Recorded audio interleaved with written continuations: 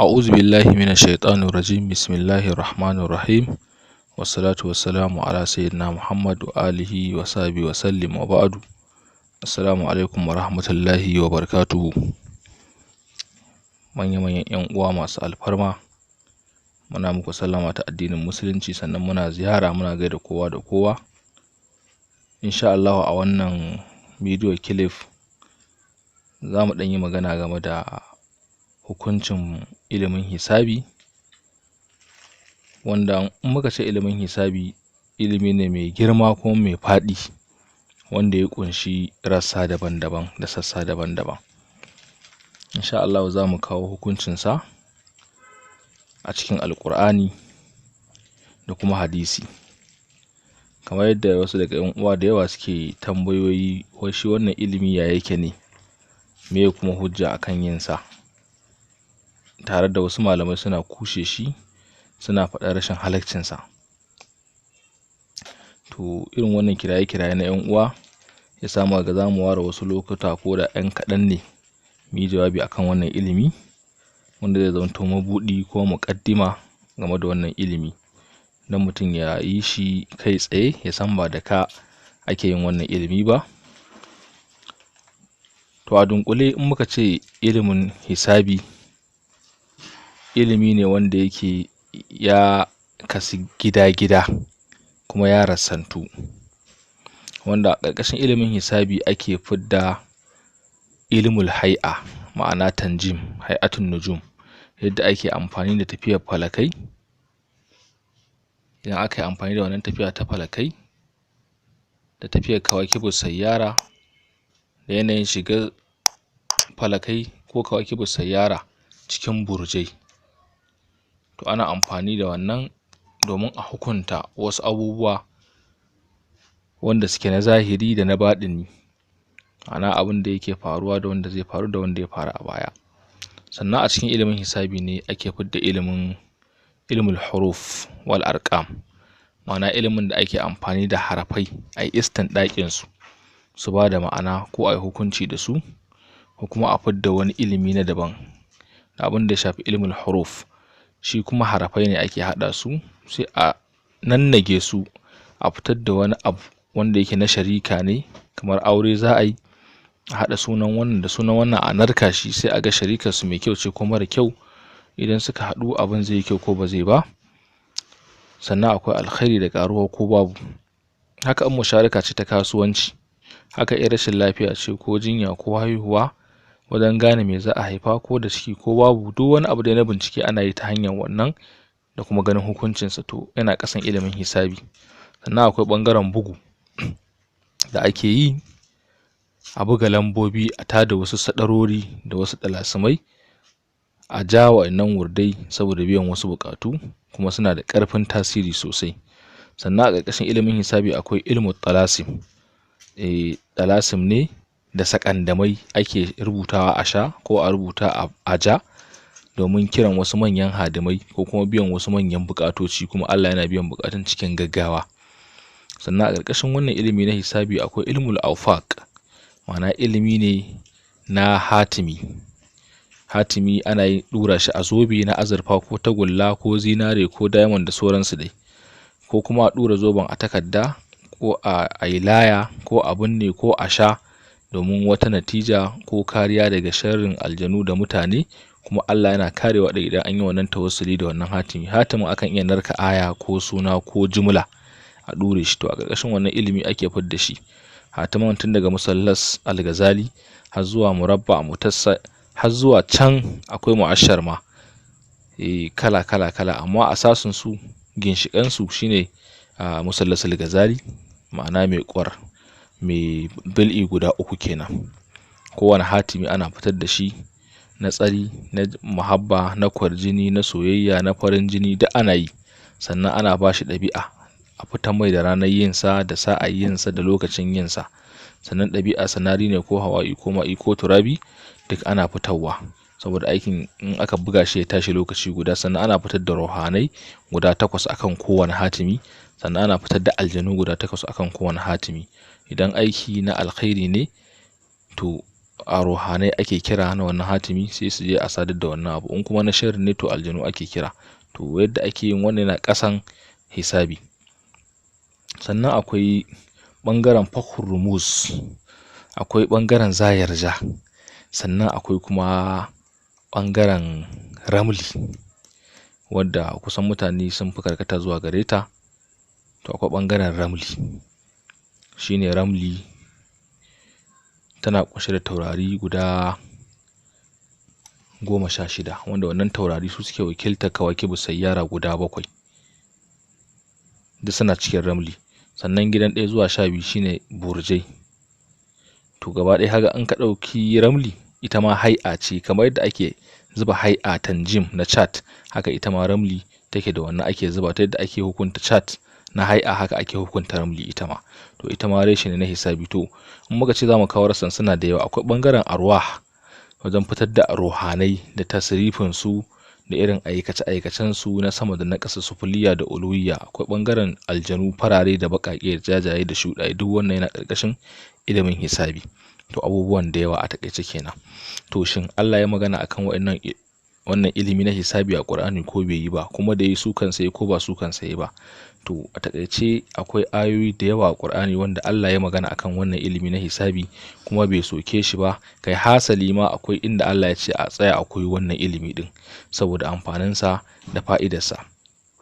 To amma akan samu wasu jahilai ko wasu malamai wadda suka mai da addini siyasa, sai suke cewa wannan ilimi bai inganta ba, sai suke ɗebo wasu hadisai na ƙarya. Duk wanda ya ce ilimin ramli ko ilimin hisabi a dunkule bai inganta ba, tanjim kenan, to ba zai iya kawo maka aya wadda Allah ya haramta wannan ilimin ba, ƙarya yake yi. Ko kuma ya kawo maka aya wadda ta soki wannan ilimin, ƙarya yake. Ko kuma ya ce babu magana ilimin a Qur'ani, ƙarya yake.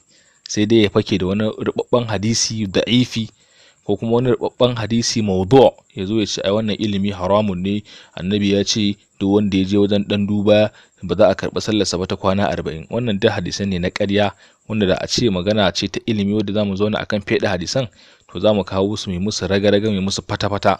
Hadisai ne wanda annabi bai faɗe su ba, ƙarya ake masa, aka kago masa. Ko wanda yayi tanjim yayi kaza, ko wanda yayi menene yayi kaza. To wannan duk hadisai ne na ƙarya wanda ba su inganta ba kwata-kwata. Ko wanda yayi mu'amala da ruhani, ko wanda yayi mu'amala da aljani, kaza da kaza da kaza, duk wannan hadisai ne na ƙarya. To saboda haka a dunkule zamu tafi cikin Alƙur'ani mai girma mu ga irin ayoyi waɗanda suka yi magana akan irin wannan ilimi na hisabi. Me Allah ya ce a ciki? Idan muka tafi can suratu Yunus aya ta 5, Allah yana cewa huwal ladhi ja'ala ash-shamsa diya'an wal qamara nura wa qaddarahu manazila li ta'lamu adada as-sinina wal hisab ma khalaqa Allahu dhalika illa bil haqq yufassilu al-ayati liqaumin ya'lamun. To Allah subhanahu wata'ala a wannan aya sukutum da guda yana yaban ilimin hisabi kuma yana bada umarni ma a koye shi. Yana cewa huwal ladhi, Allah shine wannan, ja'ala ash-shamsa diya'an, ne sanya rana ta zamto mai haske irin nata, wal qamara nuran, ya sanya wata shi ma zamto mai haske irin nasa. Addiya haske mai zafi. Shi sa Annabi sallallahu alaihi wasallam a hadisi ya sifanta as-sabru, yace diya'un, hakuri haske ne da shi amma irin na rana, saboda shi an-nur haske ne na wata, shi kuma haske ne wanda yake yana da danshi da sanyi a jikinsa. Shi sa idan wata ya fito ka kwanta cikin hasken farin wata ka iya daukan mura saboda haskensa sanyi ne da shi. Shi kuma hasken rana zafi ne da shi, ga da haske amma zaka ji zafi. Shi sa Annabi ya sifanta as-sabr, haƙuri da hasken rana. Ma'ana idan kai haƙuri zaka haskaka, amma hasken dole zaka ji ciwo a ranka, amma ka zaka danne kai haƙuri. To wannan kenan. Allah ya ce wal qamara nuran, kuma ya sanya wata shi ma zamto mai haske. Kaga rana ita ce sarki a yini, tana haskakawa. Wata kuma shine sarki a dare, yana haskakawa. Wa qaddarahu, sai Allah ya gwargwada wata, ya gwargwada shi, ya kaddara shi manazila, ya zamto yana sauka a manziloli. Kaga ilimin hisabi ake sanin manziloli kwaya 28 adadin huruful hijaiyya. Allah ya ce da yayi wannan li ta'lamu, domin mu ilimi, mu san adada sinina wal hisab, adadin kidayar shekaru, kuma mu san ilimin hisabi. Kaga Allah ya ce ya li ta'lamu, kaga dan mu ilimi kenan, mu san adada sinina wal hisab. Kaga wannan aya ka kan maka dauke ta, Allah yana ga mana lalle mu koyi ilimin hisabi dan mu sai da zamu dinga kidaya shekaru da kwanuka, saboda da ilimin hisabi ne ake taqwim, a buga kalanda ta shekara 100 masu zuwa ma za a iya buga ta. Ka gani, a ilimin hisabi ne za a buga juma'a, daga nan zuwa abarhata za a buga a ga daidai wace sa abarhata ya je sarkin ya ji shiga maka a wani lokaci a wace rana. Da ilimin hisabi kana zaune yanzu zaka buga har sai ka je kan ranar.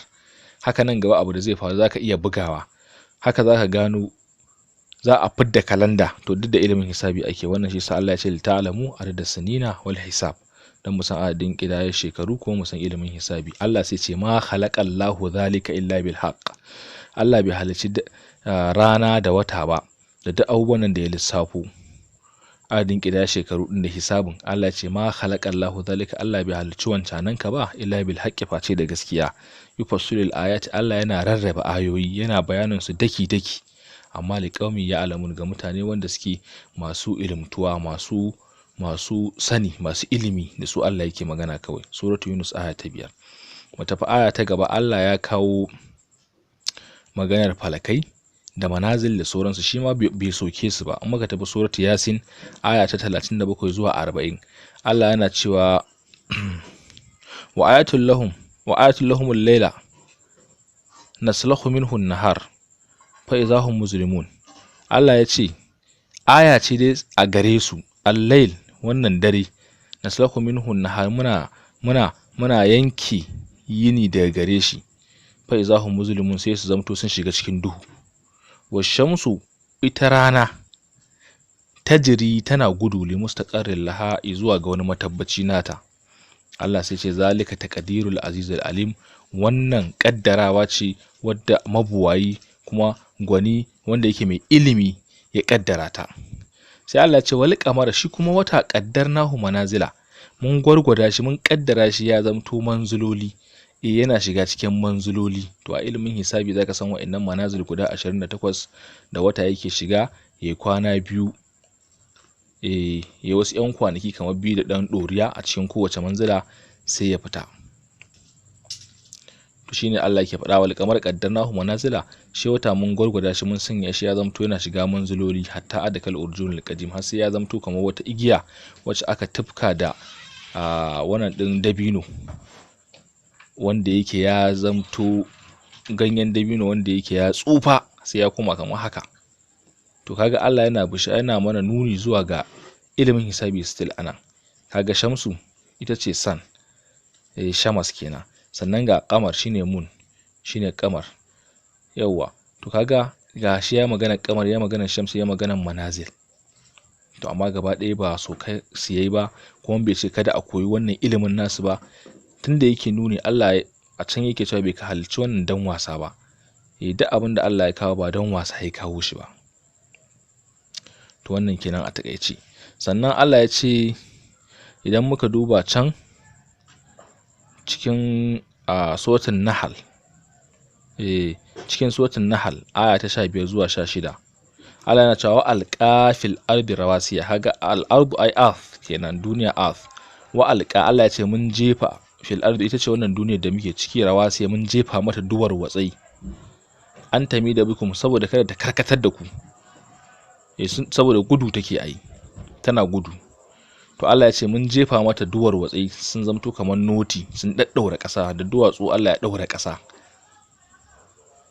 Wa anharan, kuma Allah ya ce ya sanya mana ƙoramu, wasu bulan, kuma ya sanya mana hanyoyi, tafarkai, la'allakum tahtadun, domin mu shiryu. Allah ya ce wa alamat, Allah ya sanya mana wasu alamomi, wa bin najmi hum yahtadun, kuma da wata suke shiryuwa, da bin najmi, da tauraro suke shiryuwa. To wannan Allah yana magana akan, in muka duba can a farkon ayar muka dauko siyakin ta, yana magana akan matafiya a ruwa, in sun hau ruwa dare yayi suna tafiya. To mutum akan iya kauce hanya, saboda ruwa ne iya ganinka, sama da ƙasa kamar ta haɗi, ka rasa gabas, ka rasa yamma, ka rasa kudu, ka rasa arewa. To akwai wasu taurari wanda su a saitin gabas suke, in dai ka kalle su zaka san su, to su suna saitin gabas. To a wannan lokaci idan za a yi tafiya, da wannan taurari suke gane gabas da yamma da kudu da arewa. Shine Allah ya kawo anan ya ce wa alamatu bin najmi hum yahtadun. Kaga Allah ya kawo ma wanda suke amfani da wannan ilimi kai tsaye suke hango taurarin su hukunci da su, kuma amma ba su abun nan ba. To wannan kenan. Sannan idan muka tafi can cikin suratul buruj aya ta 1 Allah yana cewa was sama'i dhatil buruj. Allah ya ce na rantse da sama wacce take dauke da burjai, ma'abociyar burjai.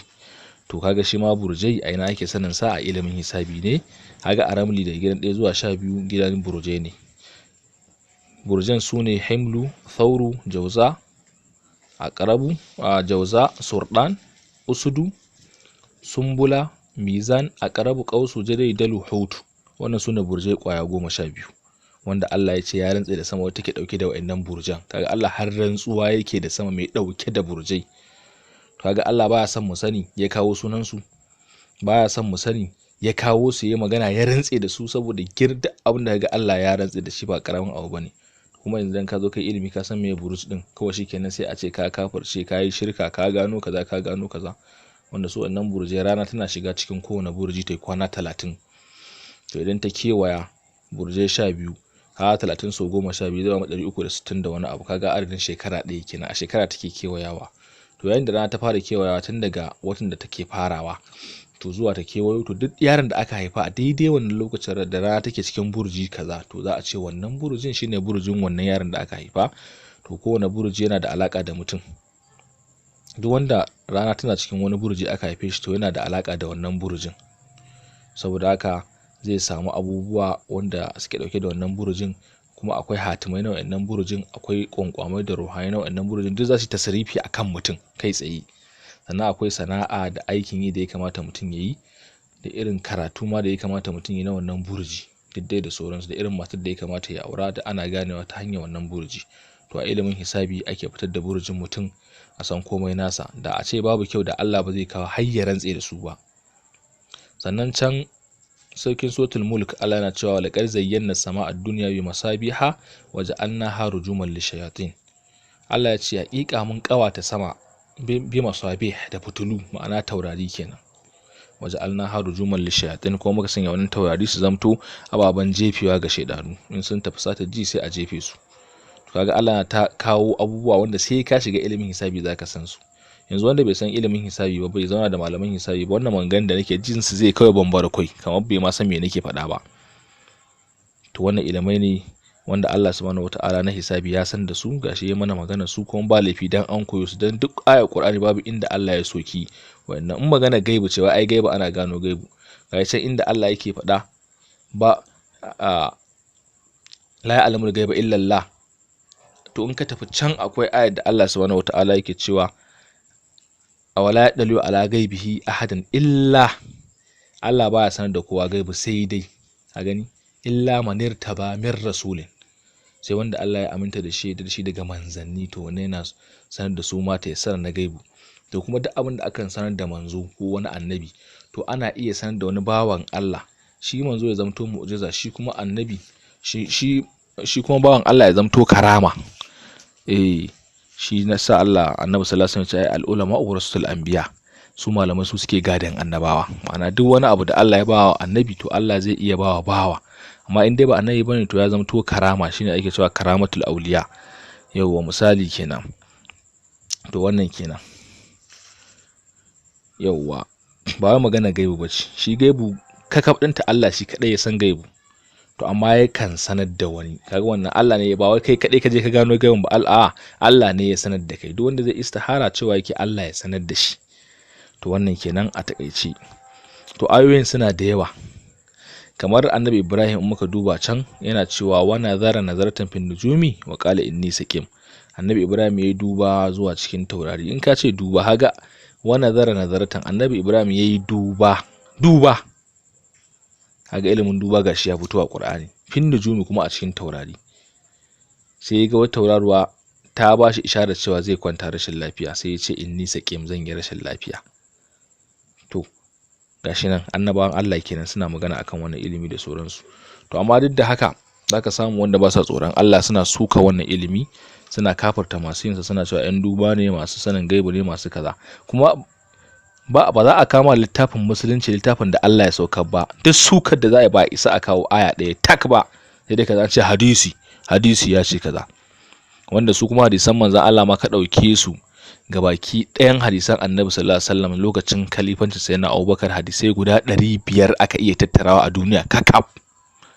to amma daga baya yanzu za mu samu hadisai sun kai har dubu ɗaruruwa ma za ka ji ƙwarai ma kuwa, ko a cikin Bukhari sun haura hadisi 5,000. to a ina aka samu wayannan hadisan wanda kuma an ce shine asahul kutubil musannafa, a ina aka samu 5,000 bayan annabi da yawa fati sai na Abubakar ya hau khilafa 500 aka iya tattarawa. To sai a ɗebo hadisai kawai rubabbu na ƙarya a zo a dinga wa mutane kafulla da su.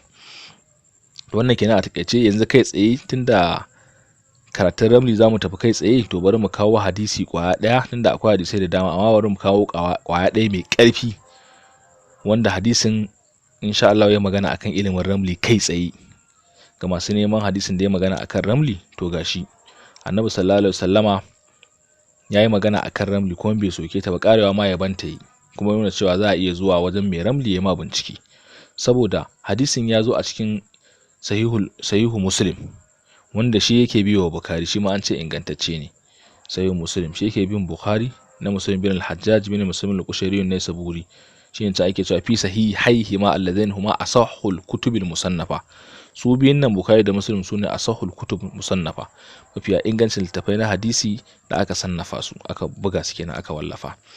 Wannan hadisin da zan karanta ya zo a cikin sahihu Muslim hadisi mai lamba 537, sannan ya zo a littafin Sunan Abi Dawud shine hadisi mai lamba 930, sannan ya zo a Sannan Nisa'i shine hadisi mai lamba 1214, sannan ya zo a Musnad na Ahmad bin Hanbal shine hadisi na 28,823.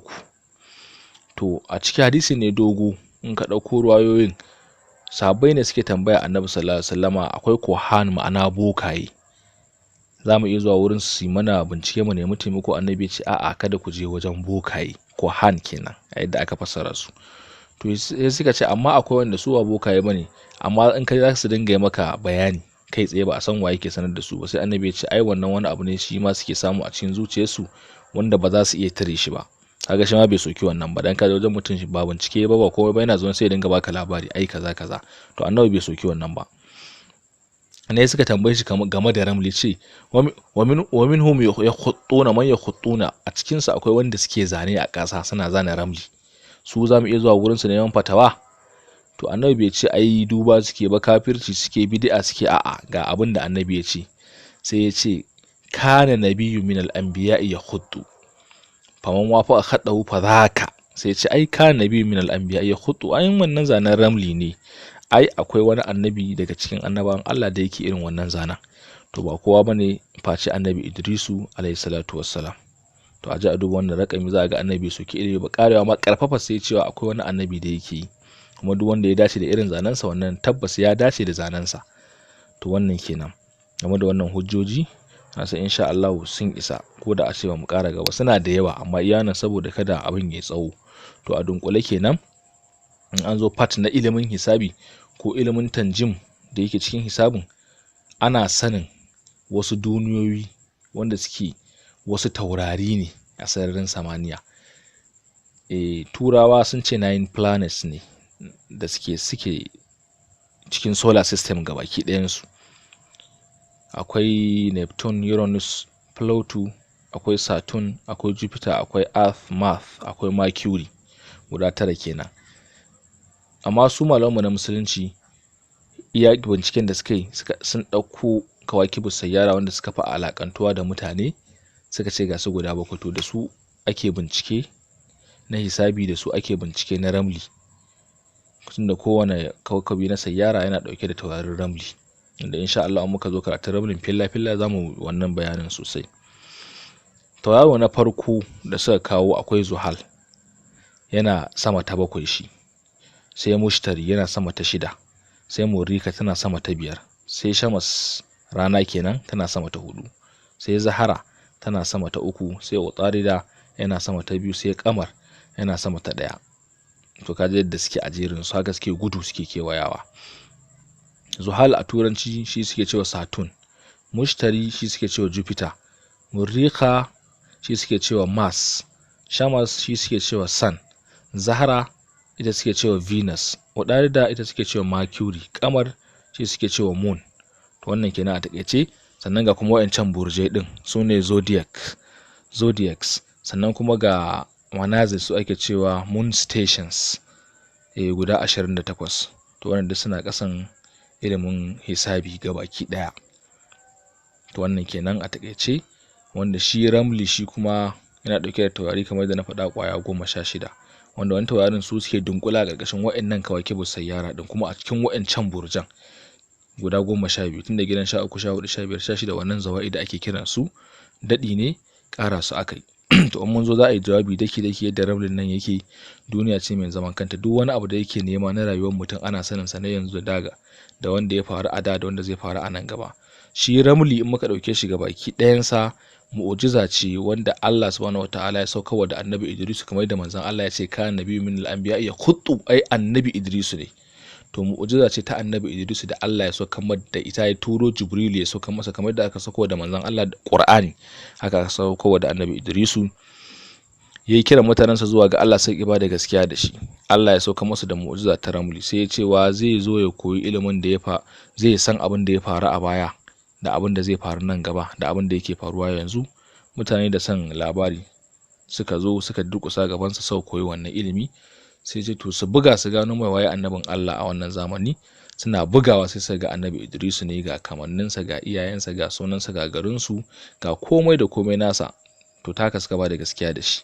saboda haka Annabi Idris shine wanda Allah ya bawa wannan ilimi na Ramli a babun mu'jiza. to saboda haka me kai yanzu dan ka zo kai amfani da shi.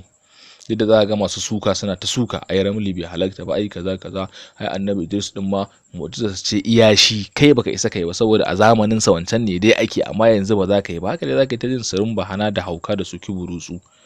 to wannan kenan. daga baya ilimin ya dinga yaduwa, ya dinga tafiya ya tafi wajen su damdamul hindi.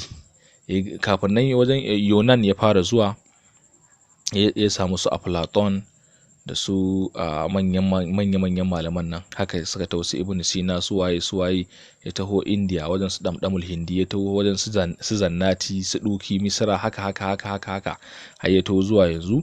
saboda haka an yi wallafa na littafi masu dimbin yawa akan Ramli. akwai irin su Manba'u usul Ramli, akwai al-Fasl fi ilmin Ramli, akwai su Mawsu'a fi ilmin Ramli, yawwa akwai su wannan littafai na Zannati, akwai na su damdamul hindi din, akwai na su Ahmad bin Zambul. duk dai ga sunan kala littafai na Ramli iri ga sunan. akwai gatin an-nihaya fi ilmin Ramli, akwai gatil madaf. duk dai ga sunan malamai sun yi wallafa na da na yanzu. wasu sun yi a harshen Hausa, wasu sun yi a Indiyanci, wasu sun yi a Ajami, wasu sun yi a Larabci. to gashi nan dai ya shahara ya bi duniya. to shi Ramli duk abin da yake nema na rayuwa ta mutum in ka zuba Ramli zaka samu. gidan ɗaya shi yake magana, gidan rayuwa da duk abin da rayuwa ta kunsa, numfashi ko rai ko ma menene. gidan biyu shi yake magana dukiya, kasuwanci da duk wani motsi na kuɗi. gidan uku harkoki kananu da ƴan uwa da dangi. gidan hudu ma dangi ne da iyaye da iyayen gida da abin da shafi gida, gona, kufai, kogo na dutse, na bishiya, lambu da sauransu. gidan biyar shi dauki gidan ƴaƴan ƴan uwa, farin ciki karami da kayayyakin sawa da kayan takalma da sauransu. gidan shida shi dau rashin lafiya, bursin, damuwa da duk wani bakin ciki, sakin aure da sauransu. gidan bakwai shi dau aure da musharaka da babban kasuwanci da rigima da abokin husuma da sauransu. gidan takwas ya dau mutuwa da damuwa da bashi da gado da aljanu da ruhani da kwankwamai da mayu da maita da sauransu. gidan tara shi dau addu'a da tafiye dogaye da ziyara da aikin haji da sauransu. gidan goma shi dau mulki da mallaka da iko da sarauta da matsayi da mukami na aikin gwamnati kuma na menene. gidan 11 shi dau abokai da masoya da ƴan uwa.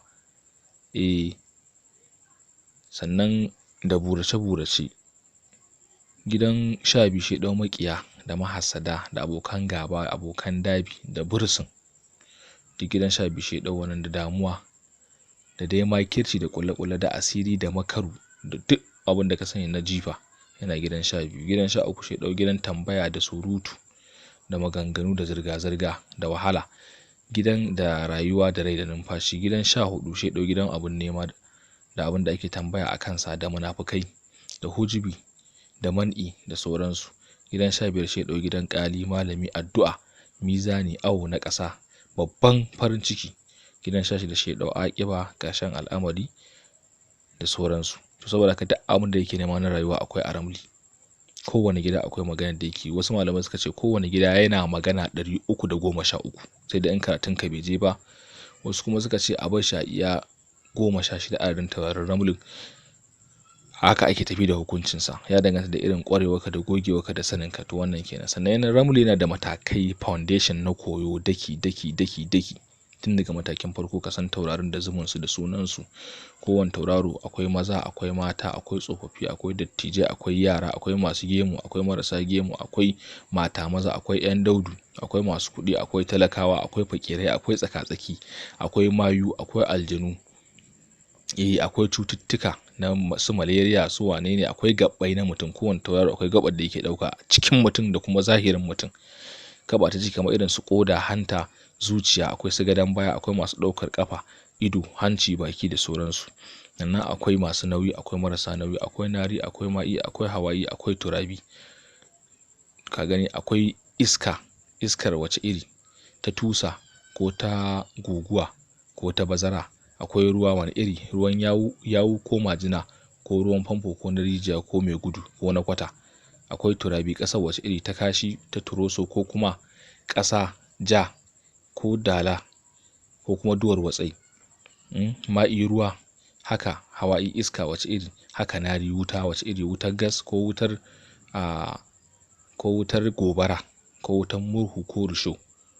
To duk suna ɗauka. Kuma masu ɗaukar bishiyu, maɗaci, darbejiya, waye duk suna ɗauka. A Ramli za ka buga ka san cuta, ka san magani, ka san waraka, ka san mafita, ka san aure zai yiwu ko ba zai yiwu ba. Akwai alkhairi a abu ko ba za a samu kuɗi ko ba za a samu ba, abu zai kullu ko ba zai kullu ba, rashin lafiya za a warke ko mutuwa za a yi. A Ramli gidan 5 shine gidan ɗariƙi, shine farkon abin da aka fara saukarwa Annabi Idrisu. Saboda haka ɗariƙi shine uban Ramli gabaki ɗaya. Kowane tauraro daga ɗariƙi aka fitar da shi. In ka toshe narinsa zai baka rayya, in ka toshe hawa'insa zai baka naqiya, in ka toshe ma'insa zai baka kausaji, in ka toshe turabinsa zai baka sa'ili, in ka bar shi aka zai baka ɗariƙinsa. Haka in ka jujjuya shi ta ko ina, karfa nan duk sai ka fitar da taurarin gabaki ɗaya. Da kuma akwai Ramli yana da kuma hukunce sun fi 1000 ga sunan kala masu kyau. Sannan akwai iza nazala, kowane tauraro in ya sauka a gida ga maganar da yake, shine muka ce yana magana 313. In babu sani sai a tsaya iya 16 kowane tauraro a kowane gida. Wannan kenan. Sannan Ramli yana da, kamar yadda na faɗa, matakai na koyo sun kai 250 su kuma. Matakai na koyo sun kai 250. A iya mataki na 50 ake ma iya fara ba ɗalibi dama ya fara zuba Ramli. To insha Allah a karatukan mu duk waɗannan matakai ɗin za mu kawo su. In Allah ya yarda za mu tafi a hankali har mu kai ga gaci. To wannan kenan kaɗan daga cikin bayanai na muƙaddima akan hisabi da ilimin Ramli gabaki ɗaya, da kuma abin da ya shafi shi yanayin tafiyar Ramlin da sauransu. Da duk gashi nan dai mun yi bayanai, da fatan an fahimce su kuma an samu gamsuwa. Ina ga za mu tsaya nan saboda kada rikodar tamu ta yi tsawo sosai. Daga Adamu Ibrahim, mazaunin Kano, Najeriya. Wanda wannan karatuttuka akwai gidan TV namu da muke gabatar da su mai suna ALHISAB TV. In aka yi sacin za a samu waɗannan karatuttuka duka muna yin su a wannan gida. Insha Allah. Za a iya neman mu akan lambar waya